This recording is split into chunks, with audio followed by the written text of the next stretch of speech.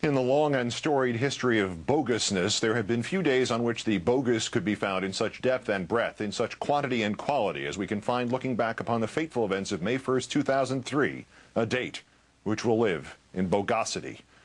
In our #1 story tonight, forget for a moment the mission accomplished banner, which actually was not bogus in a way because our troops really did accomplish what they were sent to do, remove Saddam Hussein and make sure Iraq did not pose a threat.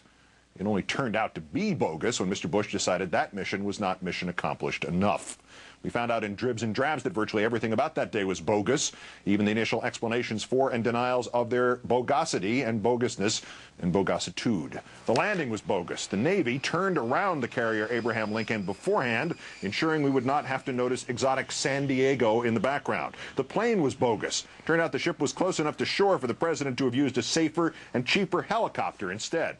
The ship was bogus. It should have been docked but was kept at sea for hours, extending the sailors' 10 months tour so that the president could get a nap on board. The explanations for the banner were the height of bogusness, the White House actually blaming it on the sailors. The tactic of hiding behind the military, a sign of bogus things yet to bogus come.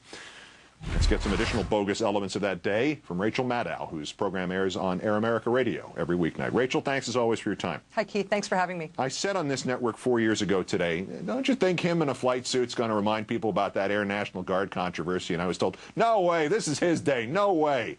4 years later, what stands out to you as the most bogus thing about that day? I think the most bogus thing about that day was the screw the troops, I need the photo op stuff, which is the stuff that you just went through, the turning around the aircraft carrier. You can see there that they've got them dressed up in color-coordinated outfits that matched the backdrop as best as they thought fit.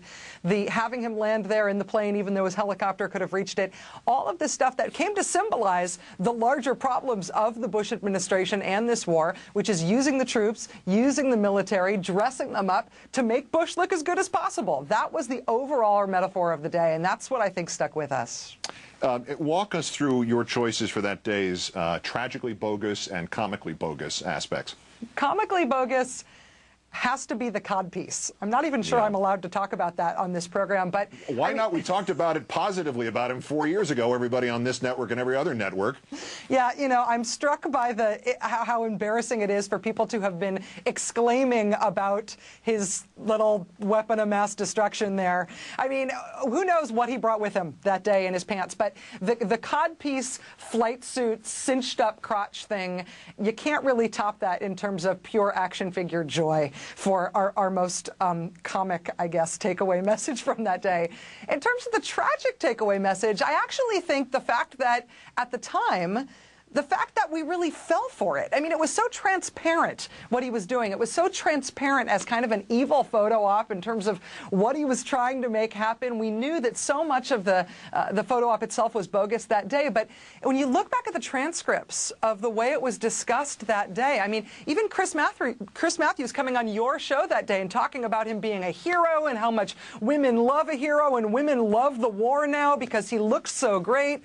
We knew it was bogus at the time, but still the cheerleading that went along with it was disgusting. I mean, Chris on his own show booked Ann Coulter to be the person to respond to that speech, and sure enough, her speech was all about her analysis that day was all about how hot he looked. That is the tragic part of it, I think, that was actually really part of the media cheerleading about the Bush administration's PR. Yeah, post-traumatic stress disorder can really make you do stupid things. There was something creepy about that attempt to fetishize the president there. The favorite analogy was they're having him dress up and play Top Gun, but I thought then, and would you agree now, that the message really was he was Bill Pullman from Independence Day. He was the pilot president saving us from intergalactic invasion. That was, the magnitude was not just, oh, he's shot down a couple of invaders, but that these were, aliens who were come to destroy the planet. Yeah, I think that's a good analogy. I also think, though, that you might find a good analogy in, like, Sanjaya on American Idol, in the sense that he really was doing his best, but the usefulness of this occasion, the usefulness of this photo op for us as a nation is in how bad it was. We don't remember this because of anything he said that day. We don't remember this because of the bravery of those troops who he was supposedly saluting on that aircraft carrier. We remember this as a disaster. This is the first disaster spectacle of the war, the first of many to come over the subsequent 4 years. I mean, we've had 3,212 troops die since that day, and it's been disaster after disaster after disaster. That was the first one where we really knew that what we were watching, I think, was awful, even if the media that day was cheering along with it. First note of the alarm clock sounding in many people's heads, and I think my own included. Rachel Maddow, host of The Rachel Maddow Show on Air America, of course. Great, thanks for your time. Thank you, Keith. That is countdown for this, the 1,462nd day since the declaration of mission accomplished in Iraq. 4 years. From Los Angeles, I'm Keith Olbermann. Good night and good luck.